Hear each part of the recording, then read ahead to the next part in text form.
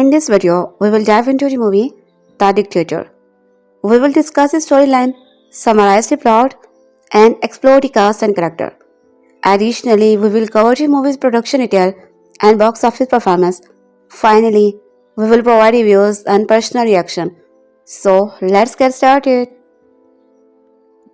True story. I am on the sunny sidewalk outside Sacha Baron Cohen's The Dictator, and out of the theater center, one of my fellow audience members dressed in slack and Islamic headscarf of a sort that is pretty conventional in South Brooklyn, and she does not mind a casual exchange of view.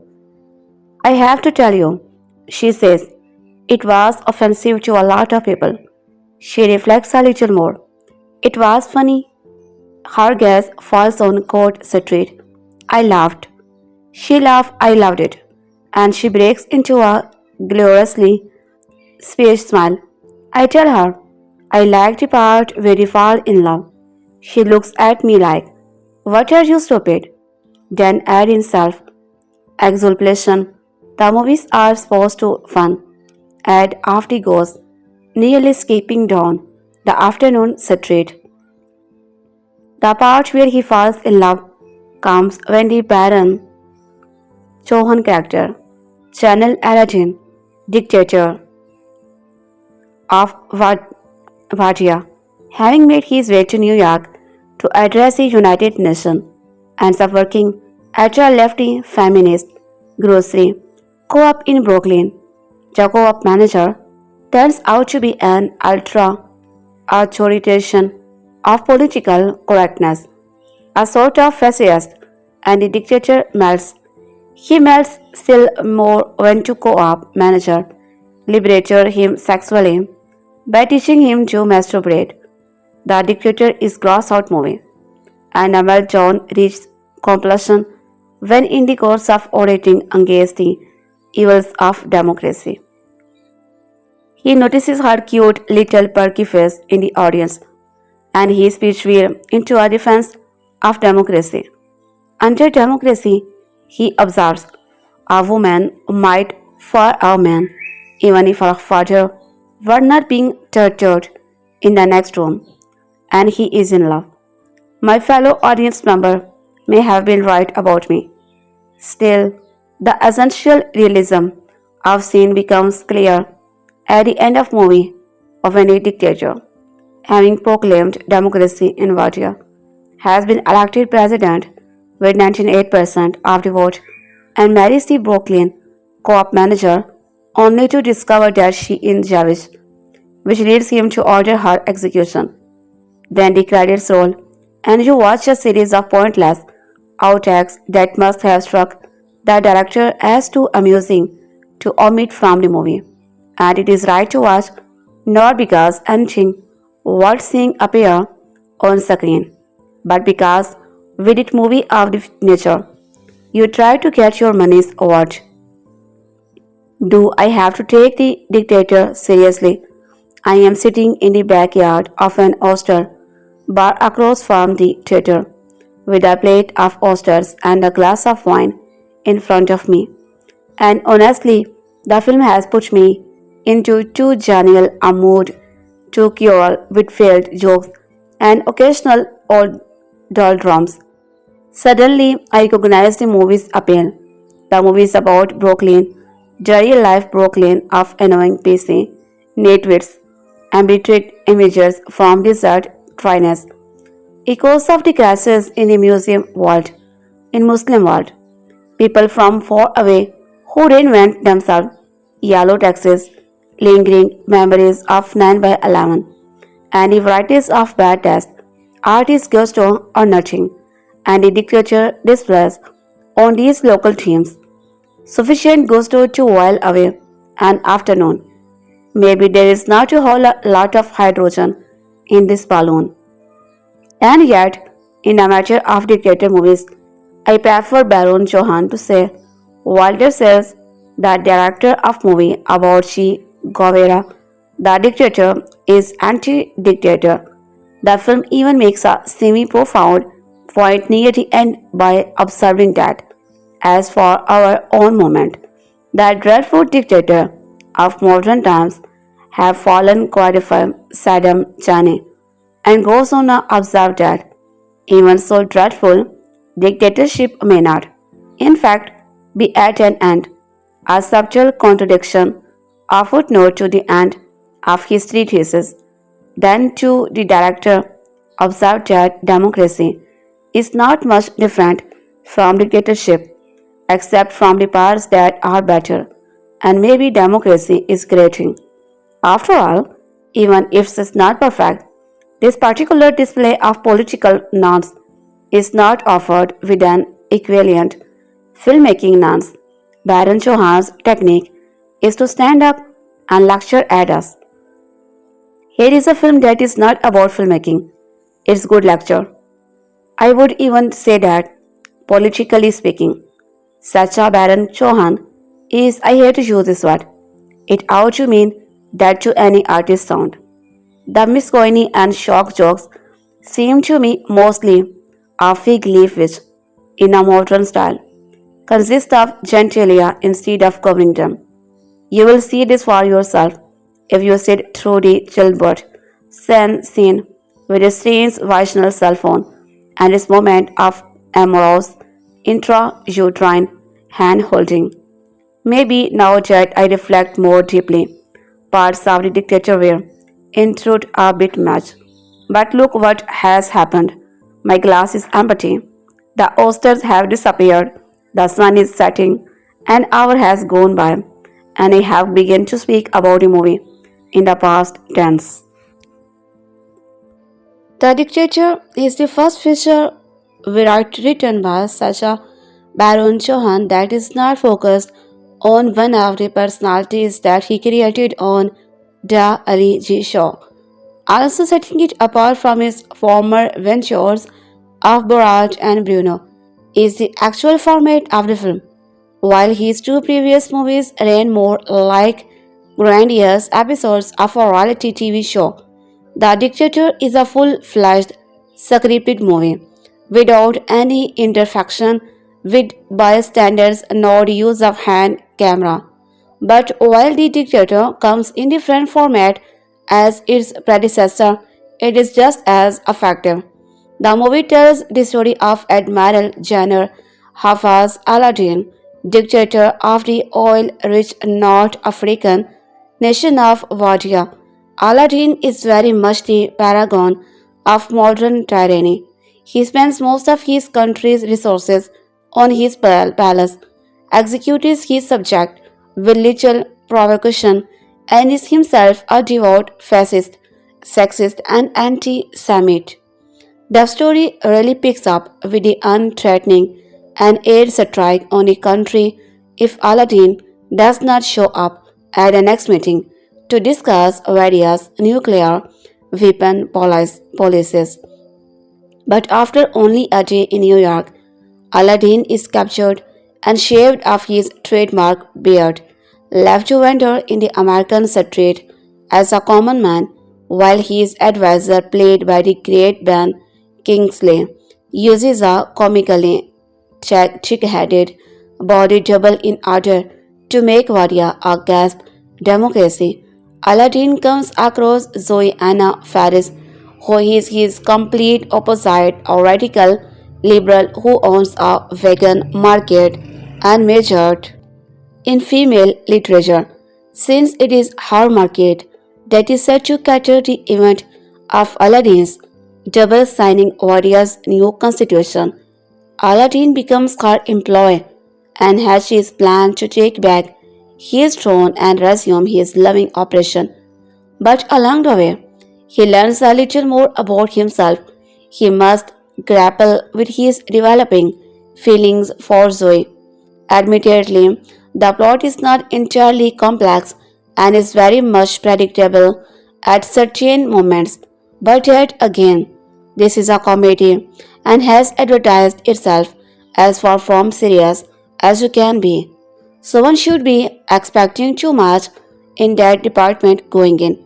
Luckily, the movie's cast make up for the lack of sophisticated writing. Cohen is, for of course, excellent as a character. he fully immerses himself in playing. And while Anna Faris and Ben Kingsley characters don't have many comedic moments themselves, they do a good job of moving the plot along as well as providing more normal figure for the eccentric Aladdin to bounce off. A surprising show stealer was the lesser known Jason Mantzoukas, who plays Aladdin, former nuclear weapons specialist and lone ally in regaining power. He supplied most of the film with Cupid. There were also small but humorous party John C. Reilly and Bobby C. Lee as well as a few appreciated cameos. There is a pretty good range of comedy throughout the film. The moments of pure silliness almost seem reminiscent of Monty Python, a scene with a zip line failure and a few with a severed head are particularly amusing. Then there is also a fair amount of subtle humor that shines through the movie, like it starting with a tribute to the dearly missed Kim Jong-jo and having score of easily recognized music with the vocals replaced by Johan singing in the stable Arabic. However, a majority of the gags are Johan's staple, satire, stereotype, and shock value. There are moments where you can't help laugh, like one ridiculous scene involving a bird. But then there are others where it almost seems like Cohen is just trying too hard. Nudity and foreign accents only go so far. And of course, like Cohen's other film, most of the material is purposely offensive. So this movie may not be for everyone. Still, I was chuckling or at least smiling for most of the movie. So I would say it was a pleasant experience. It has its hits and misses, but overall, The Dictator, it is a good laugh to kick off the summer. Sacha Baron Cohen and the Dictator pitch a widened. He's got Megan Fox's gigs for the US Weekly crowd and sex acts with dissipated heads for those who think Johan Rader's early films are not subversive enough. He meticulously exaggerates Middle Eastern culture stereotypes for viewers of Fox News, then slips in anti-Western imperialist sentiment for democracy now genre. This all reached a dizzying spin when Anna Faris, head of a vegan food co-op in Brooklyn, shouts that the named are fascist, and Cohen's General Aladeen pipes in with Groucho is good timing. Yeah, and naughty good kind. This is one of my favorite jokes in the film because it is indicative of the dictator's all over the place political point of view. It wants to have its Laban and eat it to Andy by and large. It succeeds, but from a comedy perspective only, as an 83 minutes collection of cakes, it is quite remarkable as a movie with actual plot and character. It makes Mac Grober look like the king's speech. In The Dictator, Sacha Baron Cohen plays Johan Toro playing a Middle Eastern monarch. From the first frame, he is not just racist and sexist, while those are some specialists. He is an abusive tyrant that would make Caligula blush for reasons that, frankly, I don't even remember. He has to go to the inn to deliver a speech. While in New York, he is set up by his own chief of staff Ben Kingsley in the world's greatest Hamid Karzai costume and kidnapped by his US security envoy played by Johan C. Reilly. In one of the number of inappropriate set pieces, Cohen and Reilly bicker over state-of-the-art torture practices. Cohen escapes, but without his trademark beard and finds himself taken in by ultra-left-wing Anna Faris. In time, she will teach the evil butcher of Wadiya the true meaning of love, but not before Cohen spends most of the movie scheming to get back to his guarded hotel suites. Kingsley's character has replaced the supreme leader with a double echoing Shakespeare of Crossover of reveal episodes of Three's Company. The Book of Reform is fish out a water set pieces passing modern New York against a despicable man who holds the rest of humanity beneath contempt. The plot is paper thin, but Sacha Baron Cohen's natural screen presence really. He is the closest thing we have to a better seller right now. Somehow takes these remoting moments and turns them into good natured laugh.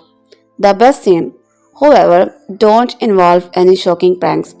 I laughed the hardest when Cohen and his ex chief of weapons development, now Apple genius, Nigel stood on J Mark and yelled at one another for all the envelope pushing or rated antics and difficult New York City. Location photography. The best of is the clever writing and sharp performances from Cohen and the league star Jason's Mantzoukas make of that virtual and extra baklava goes to Mantzouka for being able to parody even upstage a comedian like Cohen. The Dictators is certainly something that audiences who demand even a whiff of a believable plot should avoid. Same goes for those who think there are just some things you should not joke about. My guess is that a small percentage of people who will get a reference to the Achille Laro will either not laugh or, in my case, feel horrible if they do. The Dictator hates theater on my 16. Jordan Hoffman was the movie's editor at Hearst Digital UGO for the years ago and currently contribute to Slash Film, MTV's Next Movie, and StarTrek.com. He is married to marginally successful independent movies, is a member of the New York Film Critics Online, and was named IFA's Ultimate Film Fanatic of the Northwest in 2004. Follow him on Twitter. Cohen plays the Admiral General Aladeen of the Republic of Wadiya. You can't tell from the first frame of the film a dedication to Kim Jong-un that he is not going to treat modern dictators with kid gloves. Nor should he.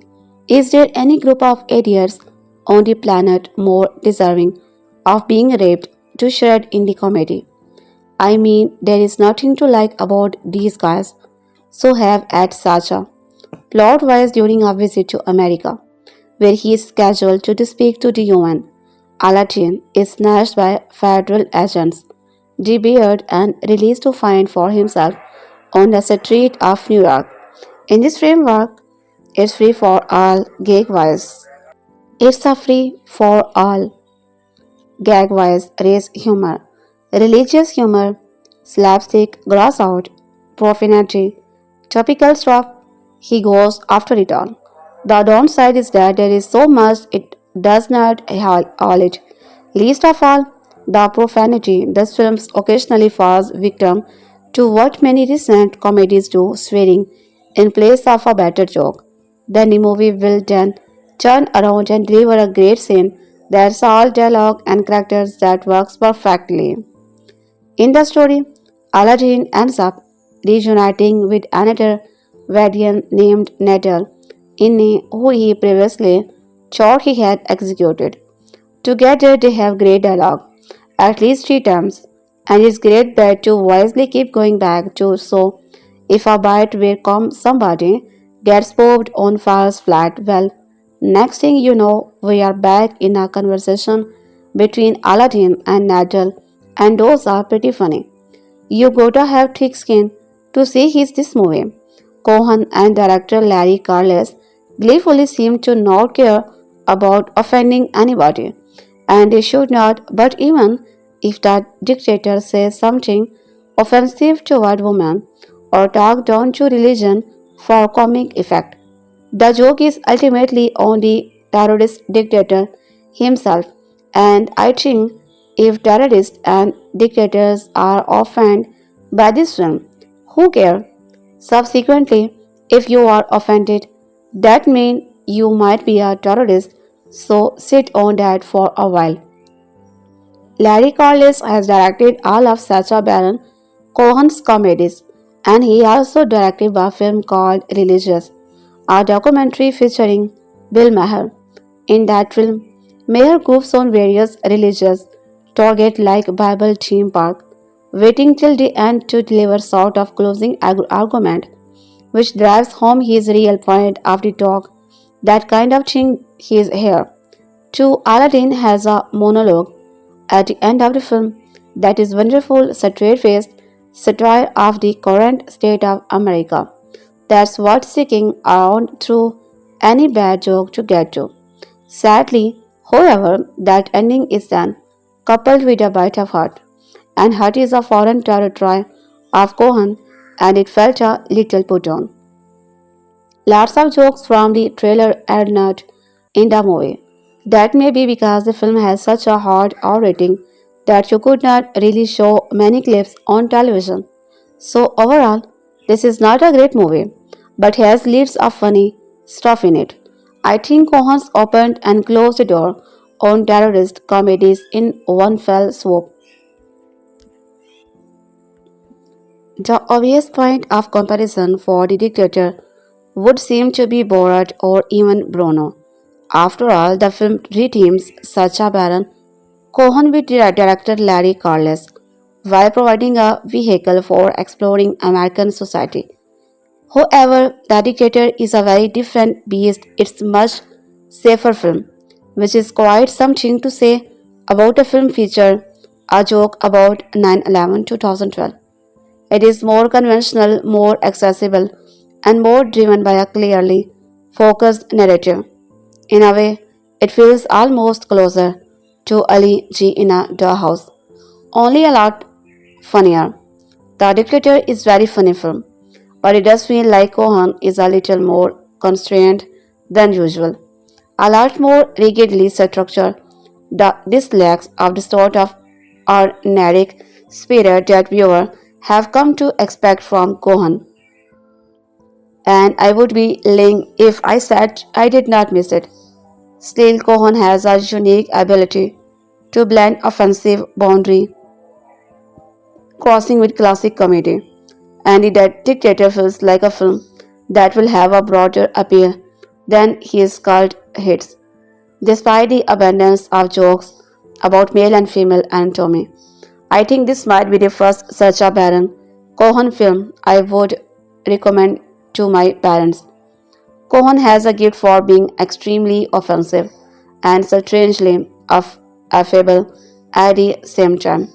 The movie makes a recurring joke about how our lead character is a racist, misogynist who passes around the Osama bin Laden and still finds time to work in comedy movie. Staples like the dim-witted, the planger, slapstick, stunt and soundtrack gags, with most of the soundtrack consisting of distinctly Wadian covers of very Western songs. The comedy is incredibly broad, allowing Cohen to play to all extremities. There is gross out humor, comedy of manners, wordplay, sad gigs, and situational comedy, all handled remarkably well. You would imagine that such a wide approach would create an erratic and chaotic mess, but Cohen manages to unify them quite well. The rapid fire approach works so well because Cohen seems to throw everything at the wall in an attempt to see what sticks. It honestly seems this is as a sincere compliment that no good idea was discarded no matter how jarring or surreal the transition might be. We go from jokes about the state of Israel to discussion of cartoon nuclear bombs to more crass and offensive comedy. I can only imagine how many groups must be lining up to protest the dictator, and I can see news reports of various groups describing it as insensitive or exploitative or racist or sexist. Odds are there will be something in here that will offend everybody, but it physically, politically, or socially. I know, for example, the scene featured a phone call during an impromptu delivery skirted a line for me, but it's part of the fun. There is no line, and I think that's why Cohen's comedy work. It is not that his comedy targets particular groups. It instead fires indiscriminately if you are stereotyped or deserving of mockery. You will end up on Cohen's radar. Of course, there are gags about foreign political system and cultural, but there are also gags about racial insensitivity in American society. And of course, most politically sensitivity. Critics seem to discount that audiences are laughing at the insensitivity of these characters rather than with them, which is a crucial distinction.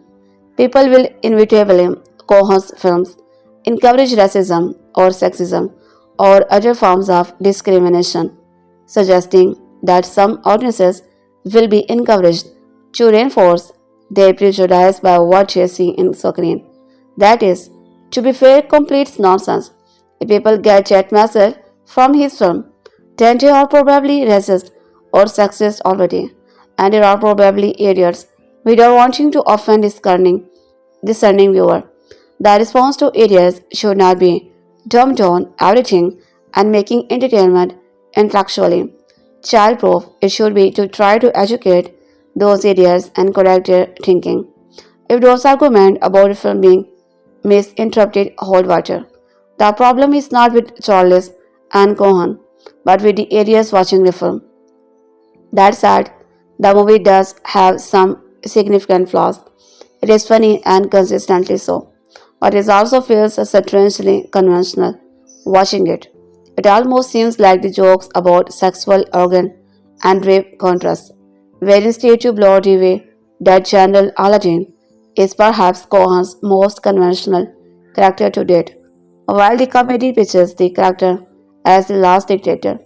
His arc is disappointingly straightforward, while Cohen does carefully subvert some of these more obvious attempts at redeeming the character. Aladdin feels a little too safe and predictable. He does not seem evil as much as misformed, while Cohen has characters joke about his crimes against humanity. We are all never done them. Those actions involves murder, child abuse and sexual assault, but none of these are shown on screen. Obviously, they would ruin the comedy, but it does limit the extent to which Aladdin can be seen to cross some sort of moral event horizon. When he does do anything inhuman on screen, it's typically due to insensitivity or misinformation rather than malice. He can't, for example, sees that his uncle is conspiring against him. He does not understand that a shot to be had killed his body double. Part of this is undoubtedly due to the fact that Cohen is very rarely talented comedic performer. We have seen the actor branching out over the past few years and working with directors like Tim Burton or Martin Scorsese. He was even scheduled to appear in Dijano Uncharted. Many critics and film aficionados have likened Sacha Baron Cohen to the great Peter Saller, a comic genius known for his staggering slapstick, limitless impressions and impersonation, and incredible dedication to his craft. Baron Cohen is not much different. He inhabits his characters completely and manages to shock and allure his audience with nearly every film he is in. But like Peter Sellers, not every film he works on a masterpiece, and for every two or three masterworks there is a dude. That is not uncommon for a comedian. Not every gag will work with a wide audience, and some ching a joke or set of jokes, just bombs, such as The Dictator, a massive film layered with side gags, pop culture, humor, and chin jokes that feel insulting, pandering, and curiously irrelevant. This is Baron Coherent's third team up, with directors Larry Carlis. Andy Pairing is starting to show some wear and tear. The film never seems to know what it wants to be, juggling back and forth between a more traditional and downright terrible fish out of water tale with the usual documentary style antiques that made Borat a big hit back in 2006. Yes, it's been that long. Larry Corliss seems married to the idea of shooting his films a certain way, and the end result are often bland and cheap, drawn to surface by the film's more traditional framework. Sacha Baron Cohen is also a little weak here. He seems has less invested in the character this time around, and mostly ends up recycling gigs for Borat, Bruno, and Elige. Most of the time, he resorts to name calling and offensive stereotypes to drive the humor, all tiny painted under a veil of righteous social commentary. But you can only take things so far. Pouring a glass of urine on the Israel Prime Minister, for example, is funny on a very shallow level, but it's also treacherously offensive and stupid for the sake of being stupid. Pushing the boundaries is what Baron Cohen is known for, of course, but it seems like he's going out of his way to piss off as many people as he can, while delivering only a thin coat of flop along the way. The film is poorly made, and with obvious green screen shots and a slap together. Sloppy plot fit for an Adam Sandler. Flick Jake and Jill kept coming to mind throughout the film. The documentary style footage does not sit well with the traditional narrative, and most of the humor is not nearly as stinging or sharp as Borat or even Bruno. The only saving grace there is Anna Faris, who perfectly embodies the role of Zoe, a hippie girl, an owner of a New York co-op, who inexplicably falls in love with Baron Cohen's hate machine, Admiral General Aladeen, with the nature of their relationship, is not believable in the slightest. Faris gets the best gigs and he often steals the show away from Sacha Baron Cohen when she is on screen in a very dark and dearly film. She is its giving grace. The Dictator feels like a film Sacha Baron Cohen was forced to make. It does not have the passion of Ali or Borat, or the sharp eye for social commentary that's made his earlier efforts so charming. Even when they are gross as hell, the film feels like anyone is simply winging it, throwing out entirely junk for improv, with almost no guidance whatsoever, while the Dictator is certain to have an audience who loves and adores it. It is not solid as Sacha Baron Cohen's previous effort, but don't count the comic genius out just yet. Not every film has to be a masterpiece, and sometimes a misfire is exactly what's needed to bring things back on track.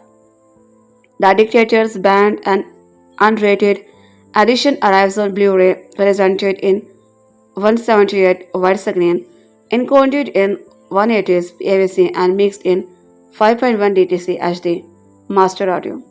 As noted above, The Dictator is shot almost like a video documentary, even when the film does not call for it. As such, the image never quite feels like film. This is further hindered by obvious inconsistencies in the video quality. Sometimes waving between shots, this is more evident in the unrated version. The image is solid overall, and the encode rarely exhibits any major flaws or intrusive distractions, but the cinematography leaves much to be desired. Audio is generally pretty engaging, through hardly references quality. The 5.1 DTS HD MA track is atmospheric at times, and dialogue is clean and without distortion. Bass is a tad subdued. The but mix is the immersive, with the film's awesome soundtrack filling the surrounds. Extras are a bit on the within side. The biggest goodie is the unrated cut of the film, which extends the Dictator by about 15 minutes. To be frank, it's terrible the added padding amount to lingering scene, dull addition, and a completely stupid breast fight sequence that sounds cooler than it really is. It's also high directive of the neck fight from Borat. The much tighter, concise theatrical cut is simply a better version of the movie, albeit only be fraction. If nothing else, is shorter, which is good thing in this case. The rest of the goodies consist of about 35 minutes of deleted extended material, an interview with Larry King and a music video. The Blu-ray also includes a DVD, digital copy, and ultraviolet copy of the film. Unfortunately, no commentary or picture-in-picture features are provided. That may feature on Bruno was absolutely fantastic, almost better than the film itself. It's a shame that same idea was not employed here. The Dictator is a misfire. It has a few funny moments every now and then, but is generally a lifeless comedy that recycles gags and offensive humor we have seen before. The film just does not have much to say and feels slapped together like a Skelmercy Sandler flick. That said, The Dictator is what a rental. While it may not be Sacha Baron Cohen's best, it might just tickle our funny bone. The film tells the heroic story of a dictator who risked his life to ensure that democracy would never come to the country he is lovingly oppressed. It is inspired by the best-selling novel Zeba and the King by Saddam Hussein. Most comedians create a screen persona that lasts a lifetime or they use a version of themselves. A few statedly assembles a formidable gallery of notable figures, while retaining a personal identity known only to a circle of friends. The two most notable actors in the second category are Alec Guinness and Peter Sellers, and it is in their company that Sacha Baron Cohen belongs. He has yet to make his kind-hearted and coherence or the strange love. Cohen has turned in some credible performances, each sporting an or gorgeous foreign accent in what are essentially other people's films. The Italian Peddler, a phony exhalates in the time, Burton's Sweeney Todd, the Guy French Grand Prix, driver in the evil feral vehicle toll nights and represents cop reminiscent of sailors in Score's Hugo. It is, however, for the central performances in work concentering on characters of his own creation that he is most celebrated, in which he also speaks of it. Fractured English, Ali G, the British homeboy of dubious background Borat, the TV reporter from Kazakhstan, Bruno, the Australian fashion writer, and now Admiral General Aladeen, the Middle Western tyrant ruling the oil-rich desert state of Wadiya in the dictator. These last four figures are intended to shock and outrage by the defense of conventional property and current standards of dissent and political correctness of one way and another, and for a variety of purposes. Part of the joke is that they act out of naivety and ignorance rather than calculated malevolence. In the case of Ali G, Borat and Bruno, they engage spontaneously with non-actors who believe them to be real people, usually as a way of exposing prejudice and concealed feelings. True in some cases, what is actually revealed is kindness, tolerance, or an honest bewilderment. In this form of the gorilla cinema, the performer courts real danger that it is not extreme form, might stop just short of actual lancing. Aladdin, on the other hand, it is truly dangerous person, a combination of Gaddafi and Saddam Hussein. While a film he appears is in a conventional comedy, entirely scripted, playing him poses no real danger for Baron Cohen and other than his possible rejection by audiences who might refrain from laughing or by moralists who believed his bad taste goes beyond acceptable limit. The first thing to be said, therefore, is that the movie is full of jokes and there is a scatter like a fistful of seeds sown by a frantic farm laborer, some inevitable fall on stony ground, But as with Mel Brooks, it is good scenes and lines that stick in the mind rather than the misphrase. The first joke that comes to mind is the last one in the movie, and it occurred during the credits, as most of the audiences is heading for the exit. Aladdin's latest addition to his harem informs his dad she is pregnant and he casually asks, are you having a boy or an abortion? The second thing is that the movie is curiously offensive. This is itself is oddly offensive as the characters we are dealing with an genocidal monster indifferent to the suffering of his people and in the process of manufacturing weapons of mass destruction that he intend to drop an neighbor state through he stops halfway through naming Israel as the receipt and spreads a chuckle. One of the reasons for the begin response it electricity that Baron Cohen presents himself as a good sport. We have seen him on TV walking along the red carpet at the Oscar ceremonies dressed as the Admiral Aladeen and making fun of this solemn proceeding. Instead of having the customary press screening, the distributions compelled critics in London to attend the premiere at the Royal Festival Hall, where Aladdin arrived surrounded by uniformed girls in mind dress, described as his virgin god, and proceeded to address the audience from VIP box. More significantly, perhaps after the film has shown Aladdin or the death of numerous people who have annoyed him, it is revealed as an additional joke that they will all manage to escape execution. This is the praise opposite of wiping the smile off your face. The ramshackle plot is principally a headstand for the joke, which take in everything from masturbation to a misunderstanding over the role of a rape center and has Aladdin visiting New York to win international favor by addressing the United Nations.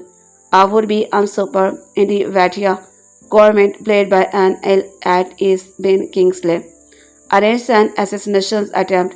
This ends with a dim-witted double replacing the dictator and the temporarily deposed Aladdin having his trademark beard shaved off. Presumed that he is protected by the feminist honor of an organic food shop. A major but for his misgoiny is essentially a version of Mark Twain's The Prince and the Pauper, which was more adoringly reworked as trading places. But it also appeared to draw a Chaplin's The Great Dictator, where the Hitlerian tyrant Hagelin is replaced by his double, Chaplin's tramp. Indeed, at one point, a self-betraying Aladdin refers to himself as the last of the great dictation. The film's most successful shot at true satire as the praises equivalent of Chaplin's deadly serious look up, Hannah speech in The Great Dictator. In Baron Cohen's film, Aladdin makes a double-edged speech to gathering of politicians and diplomats urging America to abandon democracy, listing a succession of things they would thus avoid, all of them familiar American shortcoming and iniquities. This caught by far the biggest laugh of the evening from the audiences I saw it with, and I laughed along with them. This is the archives of The Observer up until 21st 4 2025. The Observer is now owned and operated by terrorist media. Like the star, like its creator and star Sacha Baron Cohen, the comedy of the dictator is to be extreme and as crude as the massive oil reserves of Wadiya, the fictional North African nation where his latest movie prank began, by turns historical, heretical, guilty, innocent, silly, sophisticated, testing, and tedious. The film followed the power made later Admiral General Aladeen as he loses his bearings, his beard, and his heart in New York City. The dictator underscore both Baron Cohen's genius and his folly, and delivers the actor's signature blend of scatological outrage, sagacity, and at least one full frontal assault with a flaccid, unmentionable, like the girl with the curl. When he is good, he is very, very good, and when he is bad, he is horrid. Working to wipe up Dom Mayhem's this time. The real people Baron Cohen usually twice would have been replaced by a fine cast of real actor, anchored by Anna Faris, Ben Kingsley, and Jason Montsokas. These folks know how to be comic foils, whether working from the script by Baron Cohen, Alec Burke, Javik Mantle, and Jeff Schaffer, or improvising under the direction of Lady Carlis. Curb your enthusiasm. It is the same more filmmaking collective that collaborated with Baron Cohen on his first film. The very fresh Borat, cultural learning of America for make benefit glorious nation of Kazakhstan in 2006, followed by the overly ripe fetish of Bruno in 2009. The dictator falls somewhere in between, closer to Borat in originality and tone. The fair starts with a snapshot of the channel's life, winning fixed athletes contests, banning famous females, and most significantly, stop keeping unclear weapons that he wears are not pointedly enough, while United Nations worries where we might actually be pointing. A trip to the US, parents Cohen's favorite stations are ground for ridicule is of course required.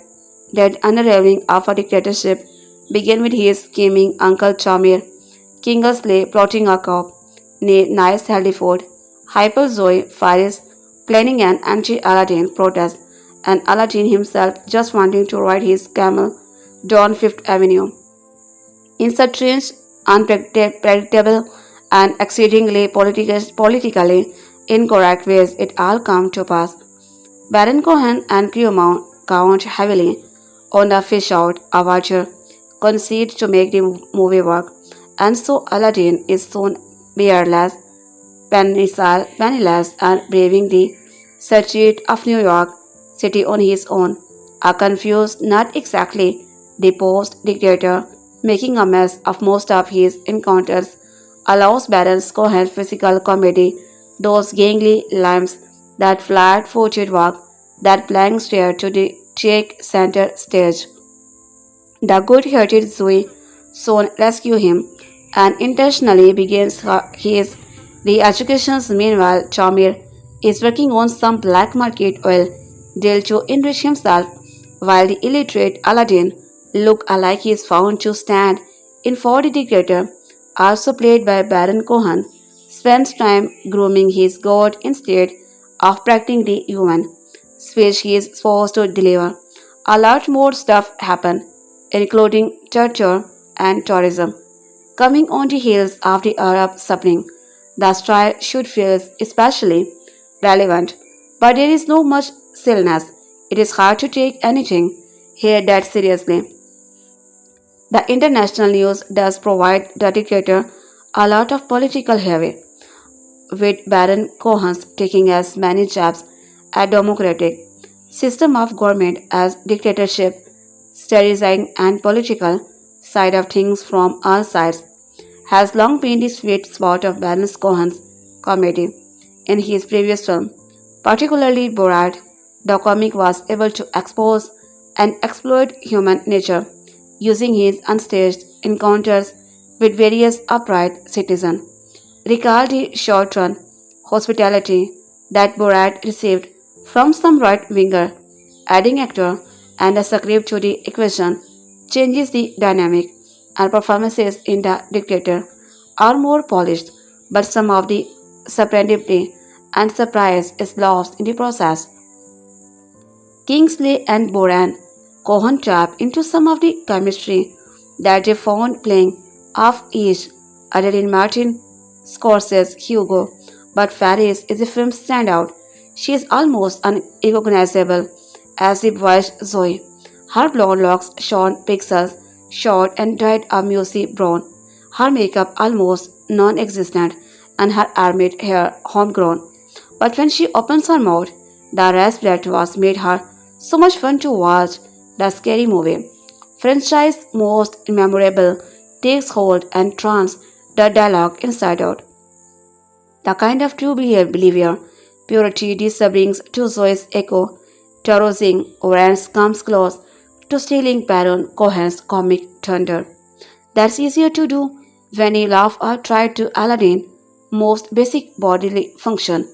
Harder to top or times when Baron Cohen's mind is mind. A scene with Aladdin trying to come up with a fake name when he stumbles into a restaurant for disaffected Wadiyan expect is priceless.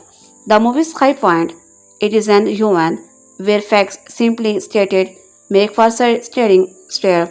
Still by the end, it's hard to think that this particular joke has gone on too long. Perhaps it is time for Baron Cohen to have a go at pushing other acting boundaries harder and give the Borats and Browns and the Aladdins of the world and us our rest. Former Los Angeles Times film critic Basil Shockley is an award-winning entertainment journalist and best-selling author. Sacha Baron Cohen returned to the big screen with his latest character. The Dictator is the story of a North African dictator called Aladeen, who takes it upon himself to risk his own life to travel to America, trying to stop democracy coming to his beloved, but oppressed country. So I am going to start off this review by saying that I have never been a fan of Sacha Baron Cohen. Ali G was painful, Borat was terrible, and Bruno was just like being tortured. Now I have probably upset a lot of his fans now, and they are sitting reading his review and foaming at the mouth. But wait, I have not finished yet. That's just the opening of my review. The Dictator is different from the other as it's on a bigger budget, and you can tell this from the production of the film, for the costume, cameo roles, and the complete style of the film compared to his earlier movie. What I do have to say is that the Dictator is not afraid to poke fun and insult almost everyone, and even to the point of making fun of 9/11. Whilst on a sightseeing helicopter ride with some American tourist. Too soon, and not too sure, but it does touch on a nerve. The film is politically satirical, and it is funny. Funny to the point that the audience during my viewing were in stitches, even at part of film where you laugh out loud and you quickly think to yourself, oh no, should I really be laughing at that? Such as the woman going to labor and Aladdin helping her deliver, leading to some rather uneasy shots of inside a woman with his hands in the air and his mobile phone. It is nice that The Dictator is more like a film, and by that I mean it's not like the last two Sacha Baron Cohen films that seem to be reality mockumentary style.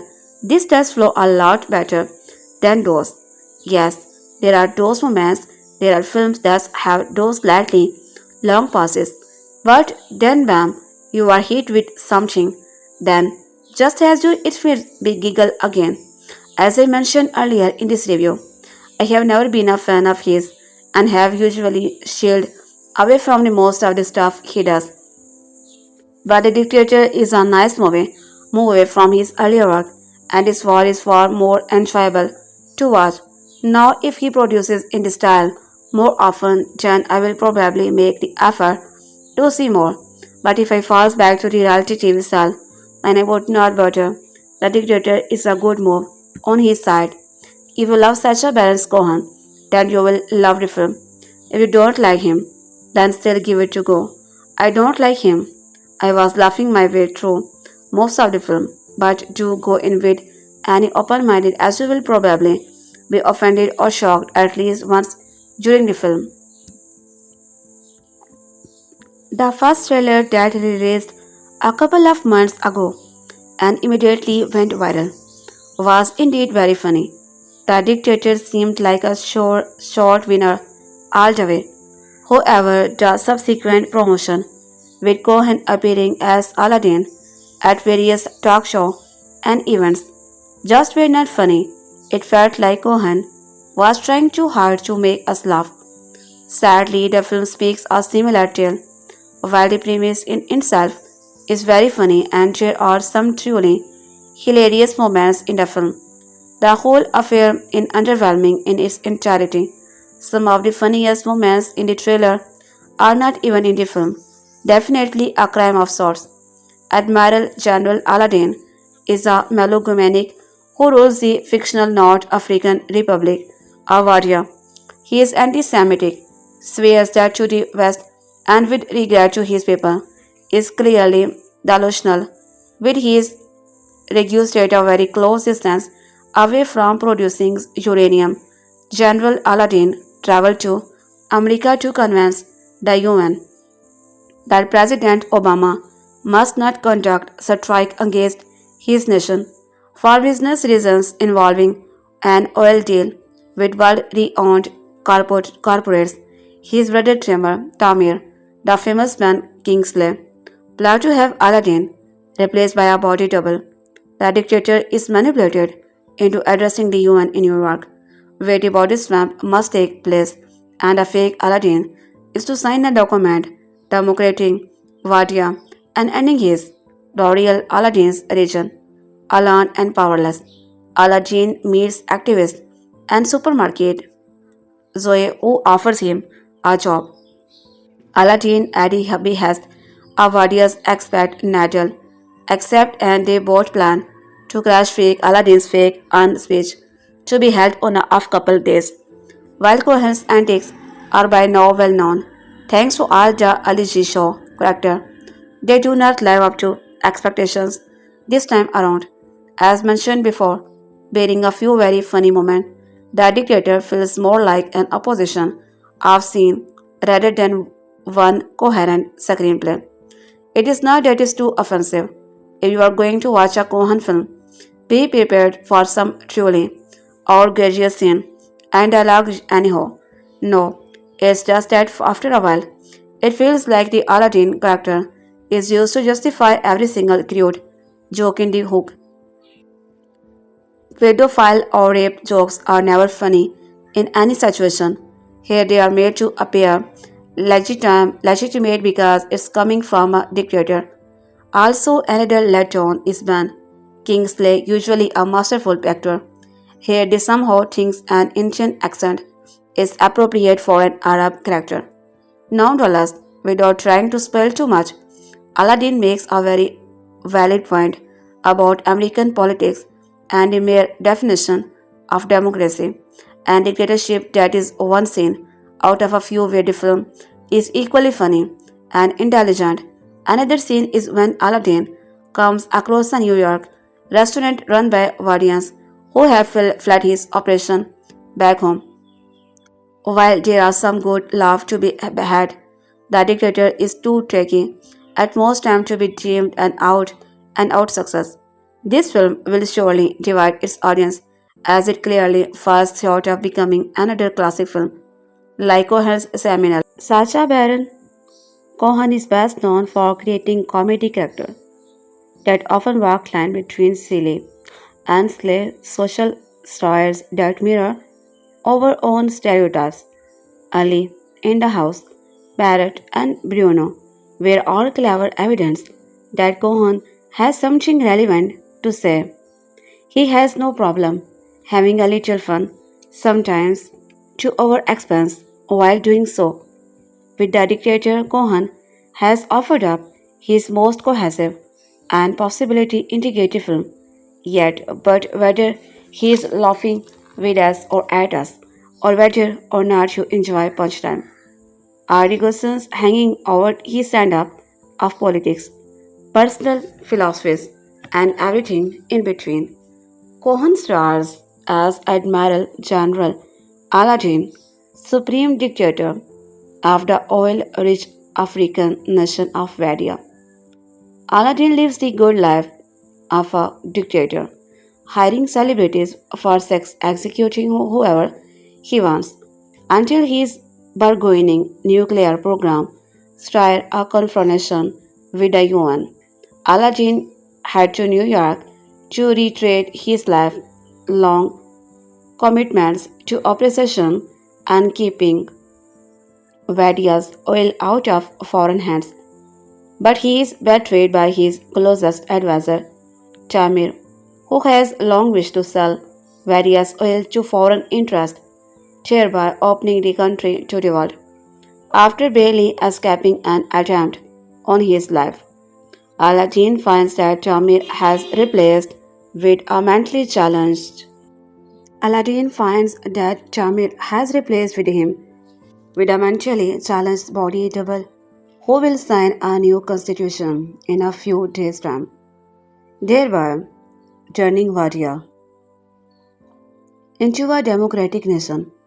With his imperial beard gone, Aladdin is all but unrecognizable, just another poor immigrant wandering the street of New York. He is taken in by a new age, leftist, feminist, vegan, pacifist named Zoe, Anna Faris, who runs an organic grocery store, but old dictator Ways did hard, and Aladdin soon learned that he must adopt a new approach to civil relation if he hopes to find Elias in his mission to save his country from freedom and deliver it back into sweet oppression. The Dictator, as stated, is probably the most cohesive narrative yet for a Cohen film. Unlike his previous efforts, which were more like collection of sketches wrapped around a loose premise, the film has an actual story to tell, with legitimate character and narrative arcs. The story's themes are familiar walking a mile in another person's shoes, etc. But the twisted way in which they are conveyed is where the humor comes from.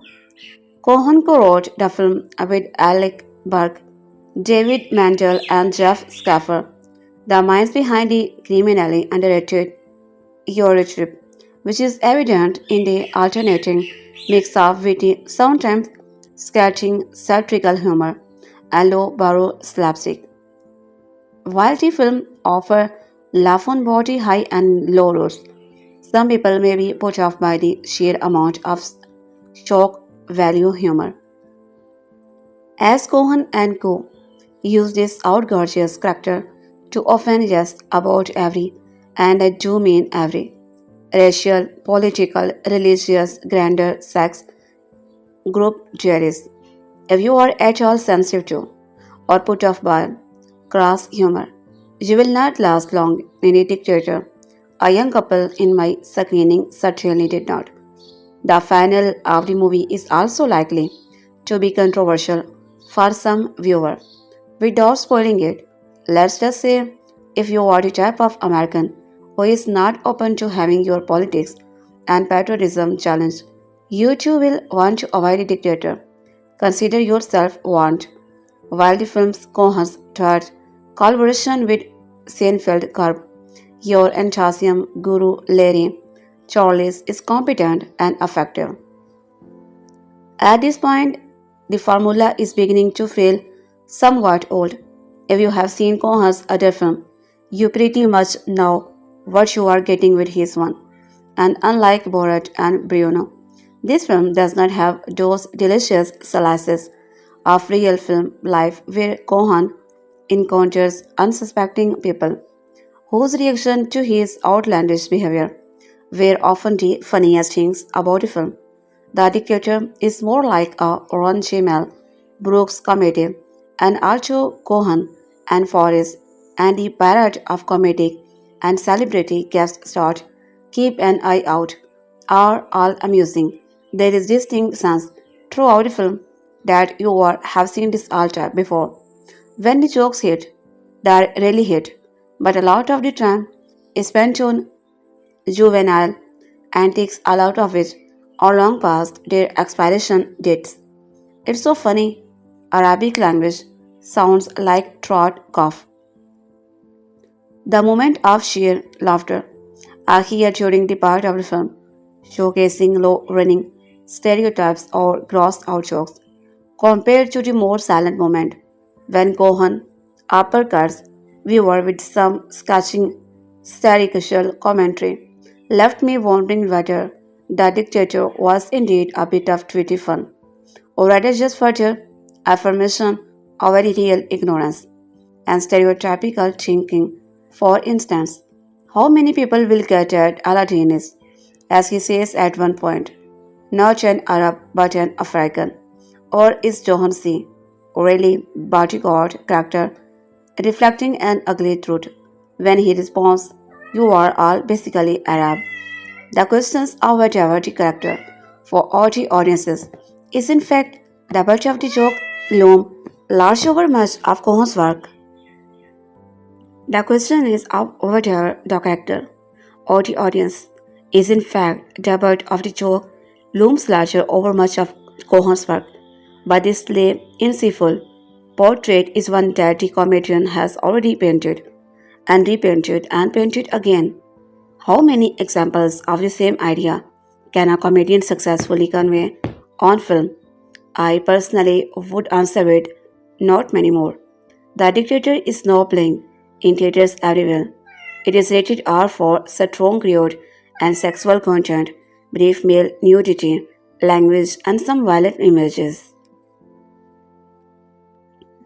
The Dictators is funny, in addition to being obscene, disgusting, psychological, vulgar, crude, and so on. Having seen Sacha Baron Cohen promoting its own countless talk shows, I feared the movie would feel like deja vu. But no, he established the claim to be the best comic filmmaker now working. And in a speech about dictatorship, he practices Marsal's political stare. Compared to the gleeful translations of Borat and Bruno, this is Cohen's most conventional film. It has a plot, it has a romance, it sticks to the story. Not that it's mainstream, also judging by the laughter of a preview audience who knows where this dream is anymore. He also wisely get his laugh and quiets. The movie, like Bruno, falls short of 90 minutes in an era where too many comedies run on relentlessly.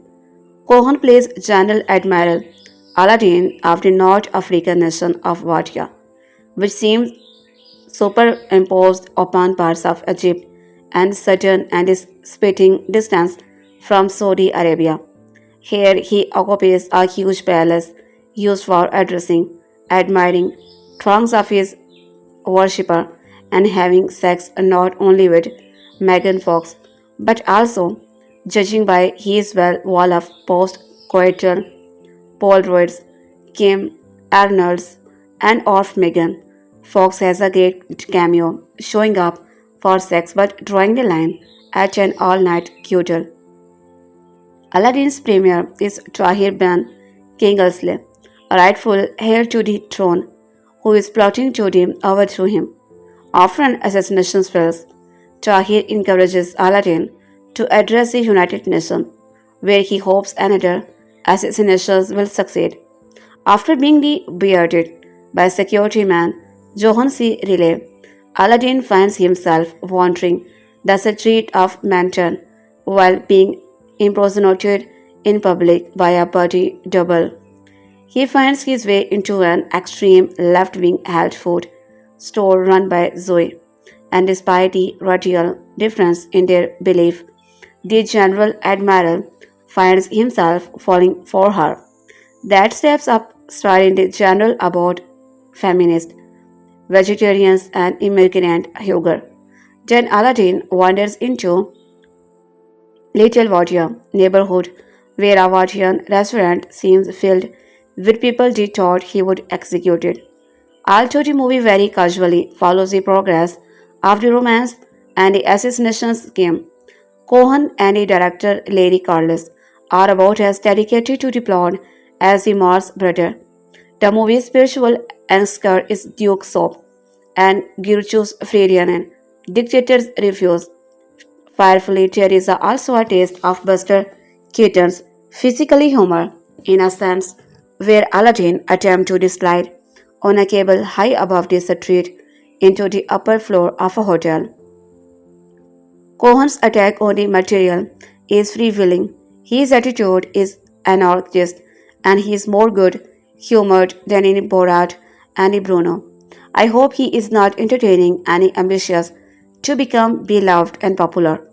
I expected this is to be the most offensive of the three titles, and while you can't say it is not offensive, especially in sense involving a judge civil rights leader's sweared lead head, is somehow nicer, maybe you could say. Footnote: I want to know more about his Newcastle Hotel in New York. I don't believe there is one. It provides the fodder for running gag about product placement that plugs the name again and again and again. Last year, Master Comic Sacha Cartoon Cohen, also known as the fictional Borat Bruno, and of course Ali G, had the sporting role of a station inspector in Martin Scorsese's celebration of cinema Hugo, a gender masterpiece seen through the eye of an orphan boy. This year Orphan stars as Admiral General Aladeen, supreme leader of the nation of Wadiya, in a new film, The Dictator. The film first trailer that released a couple of months ago and immediately went viral was indeed very funny. The Dictator seemed like a sure short winner all the way. However, the subsequent promotion, with Cohen appearing as Aladdin at various talk shows and events, just were not funny. It felt like Cohen was trying too hard to make us laugh. Sadly, the film speaks a similar tale. While the premise in itself is very funny, and there are some truly hilarious moments in the film, the whole affair is underwhelming in its entirety. Some of the funniest moments in the trailer are not even in the film, definitely a crime of sort. Admiral General Aladeen is a megalomaniac who rules the fictional North African Republic of Wadiya. He is anti-Semitic, swear that to the West and with regard to his people, is clearly delusional with his regime, stayed a very close distance away from producing uranium. General Aladeen traveled to America to convince the UN that President Obama must not conduct strike against his nation for business reasons involving an oil deal with world-renowned corporate his brother Jamir, the famous man Kingsley, plots to have Aladdin replaced by a body double. The dictator is manipulated into addressing the UN in New York, where the body swap must take place, and the fake Aladdin is to sign a document democrating Wadiya and ending his the real Aladdin Reagan. Alone and powerless, Aladdin meets activist and supermarket manager Zoe, who offers him a job. Aladdin, at the behest of Wadiya expert Nadal, accept, and they both plan to crash fake Aladdin fake on speech to be held in a couple days. While Cohen's antics are by now well known, thanks to all the Ali G show characters, they do not live up to expectations this time around. As mentioned before, pairing a few very funny moments, the dictator feels more like an opposition of scene rather than one coherent screenplay. It's not that it's too offensive. If you are going to watch a Cohen film, be prepared for some truly outrageous scene and dialogue anyhow. No, it's just that after a while, it feels like the Aladdin character is used to justify every single crowd joke in the book. Pedophile or rape joke are never funny in any situation. Here they are made to appear legitimate because it's coming from a dictator. Also, another letdown is Ben Kingsley, usually a masterful actor. Here he somehow thinks an Indian accent is appropriate for an Arab character. Nonetheless, without trying to spoil too much, Aladdin makes a very valid point about American politics and mere definition of democracy and dictatorship. That is one I've seen out of a few where the film is equally funny and intelligent. Another scene is when Aladdin comes across a New York restaurant run by Wadians who have filled his opposition back home. while there are some good laugh to be had, the dictator is too tricky at most time to be deemed an out success. This film will surely divide its audience as it clearly falls short of becoming another classic film like Cohen's seminal Fish Out of Water story Borat, but it again is not entirely bad either. After his live ammo Sachini's spoofs Borat and Bruno, Sacha Baron Cohen has returned to the world of the straight fiction feature with his broad comedy satire The Dictator. There is one thing to be said straight away. This is not, repeat not a Seinfeld homage to Kaplan's The Great Dictator. It is less edgy than Baron Cohen's previous two films, featuring big conventionally contrived pages and a colossal central turn from the man himself. Baron Cohen's Dictator is said to make better sellers inspectors, a model of subtitle and sensitivity. The movie is in the fish out of water tradition coming to America and many others. It is not in truth, after much of a twist on the genre. It does, however, deliver laugh and weapons grade offensive. Baron Cohen plays General Aladeen, the tyrannical rules of the oil-rich North African rogue state Wadiya, who is instantly irritated by the Western power information with the Arab Spring. This political annoyance is compounded by the stress of having to keep Osama bin Laden in one of the spare rooms in his obscenely opulent place after the American took out one of the Al Qaeda leaders' double. He exerted a grotesque, Orwellian power and absolute hundreds of words in the Adia dictionary, insidiously eroding his people's moral sense by replacing positive and negative with Aladdin, leading to tense moment in the Wadian HIV clans.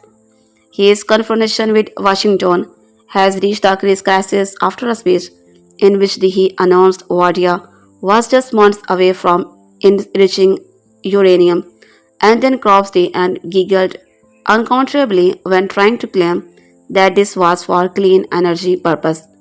In fact, Aladdin is obsessed with nuclear capability and scumble to the Frisian rage at the thought of not having a big missile. Everyone has one, he screams. Even Ahmed joined and he looks like a snitch from Miami Vice. There is a horribly funny scene in which Aladdin confronts his nuclear scientist about slow progress and reveal his assumptions about rocket and varied delivery system are based entirely upon cartoon. Put an invasion threat from the US forces Aladdin's hand. He is compelled to visit New York to explain himself to the UN and like Borat before him, finds himself stunned in various ways by the strange and exotic world of New York City hotel, $20 a day of Wi-Fi, and they call me an international criminal. But a general publications brother, played by Ben Kingsley, turns out to have a treasonous plan in mind, and Aladdin finds himself anonymous and penniless on the Manhattan street and becomes dependent on the charity of a feminist vegetarian cafe manager, played by Anna Faris, who comes to his rescue like Jamie Lee Curtis with Dan Aykroyd in Trading Places. Subtle it is not. Thus, satirical content is far lower than in Borat, apart from one medical more specific end, in which Aladdin begs America to become a dictatorship and laying out of the advantage. Eventuality reveals that this vote involved no changes at all. But basically, this is a firework display of bad taste, calculated to be as silly as possible. I laughed a lot when Faris' character uncovers Aladdin's vulnerable side and the awful truth.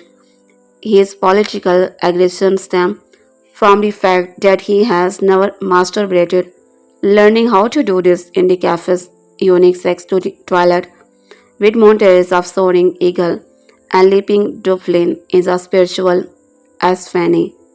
There is some great material in the time-honored movie tradition of people in a tight spot making up false name for sign that you just happen to see. It is gas-inducingly offensive when the general plays his terrorist win in the palace and is select a game called Munich Olympics. Wanier screams of inevitably, Aladdin later explains. Sentimentally, how living in New York has taught him to have Yiddish because the words sound like what you mean. It is relentlessly immature, and I was often reminded of the cheerfully reprehensible authenticity Freud movies in 70s, a film unshamedly low in nutritional value, but it was very funny, and so is this. The Dictator is not going to win award and is not as hip as Borat. Big goofy, outrageous laugh is what it has to offer. Sacha Baron Cohen's return to the big screen with his latest character. The Dictator is the story of a North African dictator called Aladeen who takes it upon himself to risk his own life to travel to America trying to stop democracy coming to his beloved if what oppressed country. The Dictator blazing my film review. So, I am going to start off his review by saying that I have never been a fan of Sacha Baron Cohen. Ali G was painful, Barrett was terrible, and Bruno was just like being tortured. Now I have probably upset a lot of his fans now, and they are all sitting reading this review and foaming at the mouth. But wait, I have not finished yet. That's just the opening of my review. The Dictator is different from the other as it's on a bigger budget, and you can tell this from the production of the film for the costume, cameo, roles, and complete style of the film compared to his earlier movies. What I do have to say is that what I do have to say is that the dictator is not afraid to poke fun and insult almost everyone, and even to do point of making fun of 9/11, whilst on a sightseeing helicopter ride with some American tourist. Too soon, not too sure, but it does touch on a nerve. The film is politically satirical and it is funny. Funny to the point that the audience during my viewing were in stitches even at part of the film where you laugh out loud and then quickly think to yourself, oh no, should I really be laughing at that? Such as the woman going to be labor and Aladdin helping her deliver, leading to some rather uneasy shots of inside the woman with his hands in there and his mobile phone. It is nice that The Dictator is more like a film, and by that I mean it's not like the last two Sacha Baron Cohen films that seems to be a reality mockumentary style. This does flow a lot better than those,